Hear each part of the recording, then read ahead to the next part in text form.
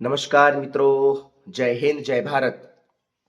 આજે મારે એક એવા ઔષધ વિશે વાત કરવી છે જે આયુર્વેદનું શિરમોર ઔષધ છે અને એના ગુણો એટલા બધા છે કે એના પાને પાના લખી શકાય.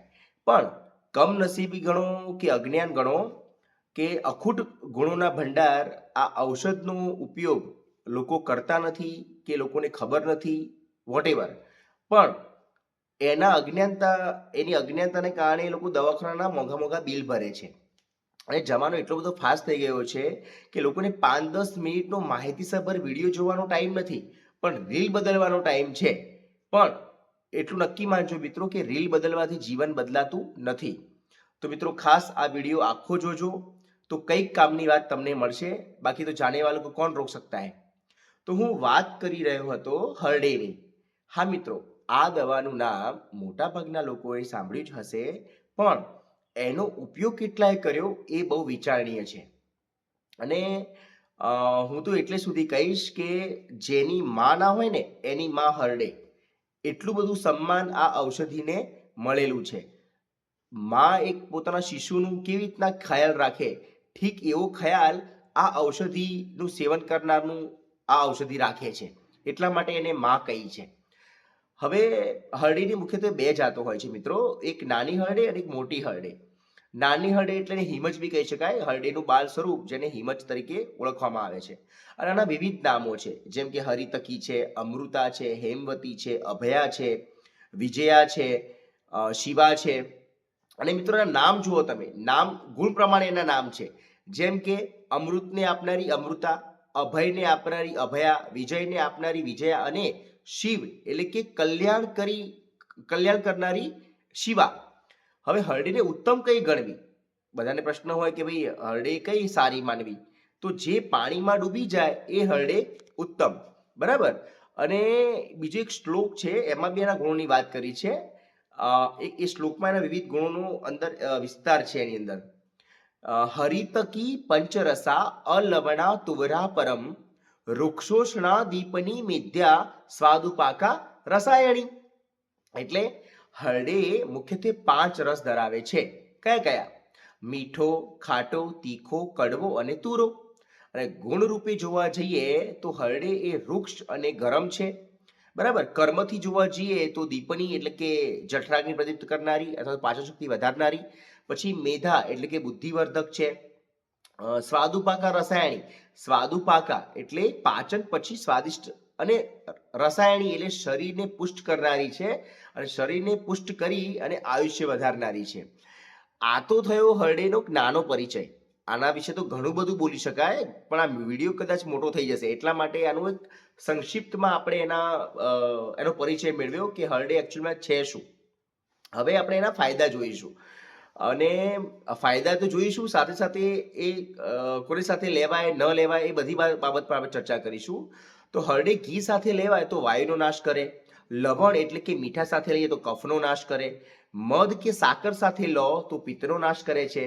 અને એવી રીતના હરડે 3 દોષને સમનારી, વાત, પિત્ત અને કફ, 3 દોષનો નાશ કરનારી છે. અને બીજું, ગોળ સાથે જો હરડેને ખાવામાં આવે મિત્રો, તો એ બધા જ પ્રકારના રોગોનો નાશ કરનારી છે. વિચાર કરો, હરડે જો ભોજન સાથે લેવામાં આવે તો બળ અને બુદ્ધિ આપે છે, ઇન્દ્રિયોને સતેજ રાખે છે, સાથે મળ તથા મૂત્રને વિખેરી નાખે છે. સેંધા નમક સાથે જો લેવામાં આવે તો પેટનો દુખાવો તરત મટી જાય છે. અને બીજું, ખાસ મારી અહીંયા એક વાત ટાંકવી હતી કે ઘણી માતાઓ બચ્ચાઓને પેટની સમસ્યા હોય છે, તો હરડેનો ઘસારો છે ને એ નાના બચ્ચાઓના પેટ સંબંધી દર્દોનો રામબાણ ઈલાજ છે. તો દરેક માતાએ પોતાના બાળકને નિયમિત હરડેનો ઘસારો ઓછી માત્રામાં આપવો એ એના પેટને, એના પાચનતંત્રને સુરક્ષિત રાખવા માટેનું એક અમોઘ હથિયાર છે, બરાબર. બીજું, કબજિયાતમાં કેવી રીતનાનો ઉપયોગ કરી શકાય? તો 15 ગ્રામ હરડેનું ચૂર્ણ લેવાનું 250 ml પાણીમાં, એને ઓગાળી દેવાનું અને પછી ધીમા તાપે એને પાકવા દેવાનું.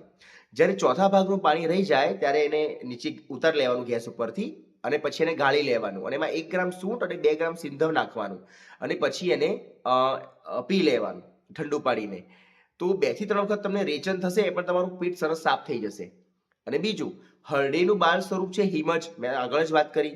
તો એને જો તમે, એને નાની હરડે પણ કહેવાય, એને પણ તમે જો દિવસ દરમિયાન મોઢામાં રાખીને ચૂસશો તો ધીરે ધીરે તમારા આંતરડાની શુદ્ધિ થશે અને તમારું પેટ સાફ કરવામાં સહાયક બનશે. બીજું, અ, નાની હળદેને એરંડીના તેલ સાથે શેકી અને એનું ચૂર્ણ બનાવી બનાવી અને એ ચૂર્ણ 4 થી 5 ગ્રામ ચૂર્ણ જો 7 દિવસ કન્ટિન્યુ લેવામાં આવે તો તમારી કબજિયાત જીવનભર માટે દૂર થઈ જાય એવું છે મિત્રો.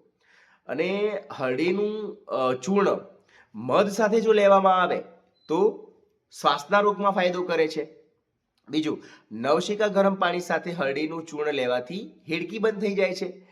હળદીના તો ઘણા ફાયદા છે મિત્રો. અને બીજું, ચામડીમાં જોઈએ તો હળદીનું જે બારીક ચૂર્ણ ખરું એને ગરમ પાણીની અંદર એડ કરી અને એની શું કહેવાય એનો લેપ બનાવવાની, પેસ્ટ બનાવવાની, અને પેસ્ટ તમે ખરજવા ઉપર કે દાદર ઉપર લગાડો તો એનાથી બહુ ચમત્કારિક લાભ થાય છે. હળદીનું આયુર્વેદમાં ઋતુ પ્રમાણે સેવન કરવાની વાત કરી છે. જેમ કે વસંત ઋતુની અંદર તમે એને મધ સાથે લઈ શકો તો એ બહુ સારી વસ્તુ છે. મધ સાથે તમે લો તો એનું સારો ગુણ મળે છે. પછી ગ્રીષ્મ ઋતુમાં તમે ગોળ સાથે લઈ શકો. વર્ષા ઋતુની અંદર મિશ્રી અથવા તો સાકર સાથે તમે લઈ શકો. જે ગાંગડાવાળી આખી સાકર આવે છે એના સાથે તમે એનું સેવન કરો તો એ વધારે હિતાવહ છે. બીજું, હેમંતમાં સૂંઠ સાથે અને શિશિરમાં તમે પીપર સાથે એનો ઉપયોગ કરી શકો છો. અને બીજું, ઈચ્છિત પરિણામ મેળવવા માટે હળદીની યોગ્ય માત્રા જરૂરી છે. લાઈક તમારી પોતાની પ્રકૃતિ શું છે, તમારી ઉંમર શું છે, તમારે એ દવાની જરૂર કેટલી છે, આ બધા ફેક્ટર પણ એમાં અફેક્ટ કરે છે. એટલે હળદી લેતા પહેલા આ બધી બાબતો ખાસ ધ્યાનમાં રાખવા જેવી છે. બીજું, ગર્ભવતી મહિલા હોય, પછી જે લોકો મુસાફરી કરીને થાકેલા હોય, અથવા તો જે લોકોના અંદર વધારે પડતું પિત્તની માત્રા હોય, કૃશ હોય, નિર્બળ હોય, આવા લોકોએ હળદનો ઉપયોગ ન કરવો જોઈએ મિત્રો. અને છેલ્લે મારી વાત સંકેલતા પહેલા મારી વાત પૂરું કરું એક સરસ શ્લોક સાથે. હરિ હરિ તકી ચૈવ સાવિત્રી ચ દિને દિને આરોગ્યર્થી ચ મોક્ષાર્થી. સમજો, આરોગ્યથી ચ મોક્ષાર્થી ભક્ષયેત કીર્તયેત સદા. એનો મતલબ કે આરોગ્યની ઈચ્છા રાખનારે હળદીનું સેવન કરવું જોઈએ અને મોક્ષની ઈચ્છા રાખનારે હરિ એટલે કે ઈશ્વર અને સાવિત્રીનું કીર્તન કરવું જોઈએ. ફરીથી કહું છું મિત્રો, હળદીનો જો ઉપયોગ તમે ન કર્યો હોય તો પ્લીઝ તમે કરજો, એને અજમાવી જોજો. બહુ ચમત્કારિક લાભ છે, એના ગુણોનો ભંડાર છે. અને આગળ બી કહ્યું હતું, ફરી કહું છું કે હળદી એ પરમ ઔષધ છે અને રસાયણ પણ છે. તો પ્લીઝ એનો ઉપયોગ કરજો, એને ઇમ્પ્લિમેન્ટ કરજો. તમને મારી માહિતી સરસ લાગી હોય, સારી લાગી હોય તો બીજા બધા લોકોને પણ શેર કરજો. છેલ્લે મારી વાતને પૂરી કરું છું. આપે મને આટલા દિલથી સાંભળ્યું એ બદલ આપનો ખૂબ ખૂબ આભાર. જય હિન્દ, જય ભારત.